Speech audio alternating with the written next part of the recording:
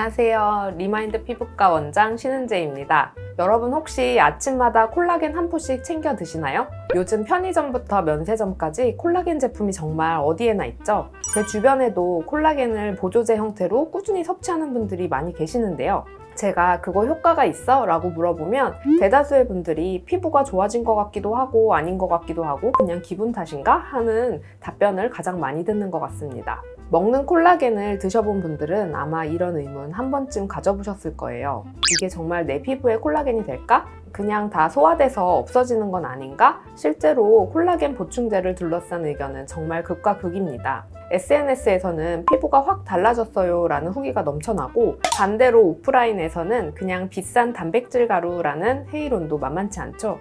그래서 오늘은 먹는 콜라겐이 정말 내 피부에 콜라겐이 되는지, 과학적으로 효과가 있는지, 그리고 과연 그 값어치를 하는지 알려드리는 시간을 가져보겠습니다.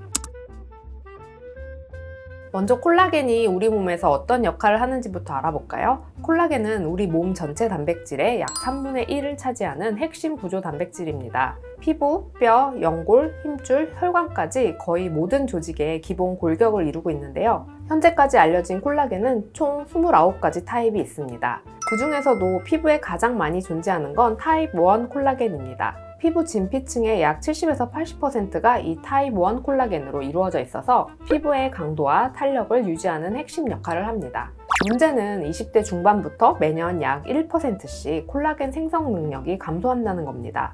연구에 따르면 80세가 되면 젊은 성인 대비 약 75%까지 감소한다고 합니다. 더 구체적으로 말씀드리면 나이가 들수록 진피층의 섬유화세포 활동이 둔화되면서 콜라겐 합성 속도가 느려지고 동시에 MMP라는 콜라겐 분해 효소의 활성도는 증가합니다. 여기에 자외선, 흡연, 스트레스, 과한 당분 섭취까지 더해지면 콜라겐 파괴는 더욱 가속화됩니다. 특히 자외선 UVA는 진피층까지 침투해 MMP1 효소를 증가시켜 콜라겐을 직접 분해하죠. 그래서 많은 분들이 그럼 콜라겐을 먹어서 보충하면 되지 않을까? 라고 생각하시는 건데요. 여기서 가장 중요한 질문이 나옵니다. 먹은 콜라겐이 정말 내 피부에 콜라겐이 될까요?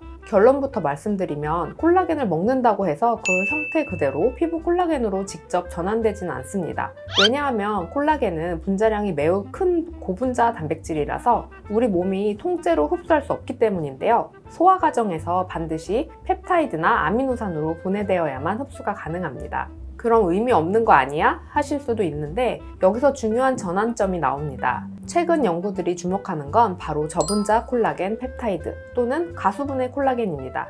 일반 콜라겐을 효소로 미리 잘게 쪼갠 형태인데 이 펩타이드는 소화 과정에서 완전히 분해되지 않고 디펩타이드나 트리펩타이드 형태로 일부가 혈류로 흡수될 수 있다는 게 확인됐습니다. 더 흥미로운 건 이렇게 흡수된 콜라겐 펩타이드가 체내에서 일종의 신호물질처럼 작용해 진피층의 섬유화 세포를 자극하고 우리 몸이 스스로 콜라겐을 만들도록 촉진할 수 있다는 메커니즘이 제시되고 있다는 겁니다. 즉, 먹은 콜라겐이 그대로 피부 콜라겐이 되는 건 아니지만 간접적으로 콜라겐 생성을 도울 가능성이 있다는 거죠. 그렇다면 실제로 효과가 있을까요?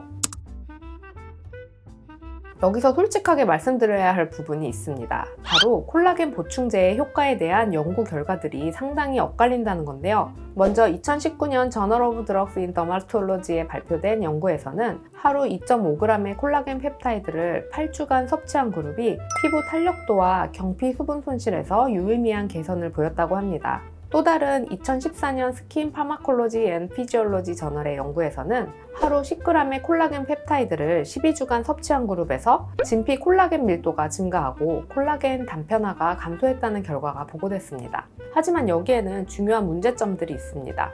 첫째, 긍정적 효과를 보고한 연구들 대부분이 콜라겐 제조사의 재정적 지원을 받았거나 제조사 소속 연구자들이 참여했다는 점입니다. 독립적인 연구는 상대적으로 매우 부족한 실정입니다.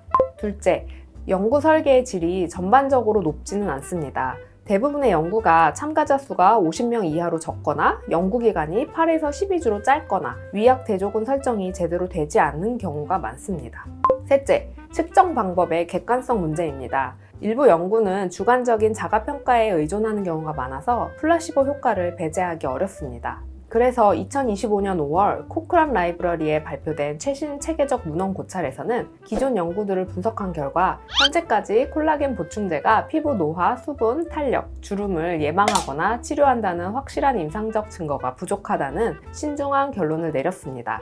즉, 일부 긍정적인 연구 결과들이 있긴 하지만 그 연구들의 방법론적 한계와 이해관계로 인해 확실하게 효과가 있다고 단정짓기 어렵다고 할 수 있습니다. 이러한 결론이 난 이유로는 먼저 효과의 개인차가 매우 크다는 겁니다. 같은 제품을 같은 기간 먹어도 어떤 분은 확실한 변화를 느끼고 어떤 분은 전혀 효과를 못 느끼십니다. 이는 개인의 장내 미생물 환경, 기저 콜라겐 생성 능력, 나이, 생활 습관 등 다양한 요인이 영향을 미치기 때문입니다. 그리고 효과가 나타나려면 최소 8주 이상의 꾸준한 섭취가 필요하다는 점입니다. 콜라겐 턴오버가 수개월에 걸쳐 일어나기 때문에 일주일 먹고 효과 없네 라고 판단하기에는 다소 이르다고 할 수 있습니다. 정리하자면 콜라겐 보충제는 기적의 해결책도 아니고 완전히 쓸모없는 제품도 아닙니다. 현재까지의 과학적 증거로 봤을 때 효과는 불확실하며 개인차가 큰 것으로 보입니다. 만약 먹는 콜라겐으로 피부 개선을 시도해보고 싶으시다면 하루 5에서 10g 이상의 저분자 콜라겐 펩타이드 제품을 선택하시고 최소 8주 이상 꾸준히 섭취하면서 본인에게 효과가 있는지 직접 확인하시는 게 좋습니다. 또한 비타민C와 함께 섭취하면 콜라겐 제합성에 도움이 될 수 있습니다. 다만 극적인 변화를 기대하거나 이거 하나면 다 해결된다는 과대 광고는 믿으시면 안 됩니다. 사실 콜라겐 보충제보다 더 중요한 건 콜라겐 생성을 돕고 파괴를 막는 생활 습관입니다. 앞서 말씀드린 비타민C는 콜라겐 합성의 필수 조효소입니다. 신선한 과일과 채소로 충분히 섭취해 주시고 콜라겐도 단백질이기 때문에 양질의 단백질 섭취 또한 중요합니다. 그리고 제가 항상 강조하는 자외선 차단도 매우 중요합니다.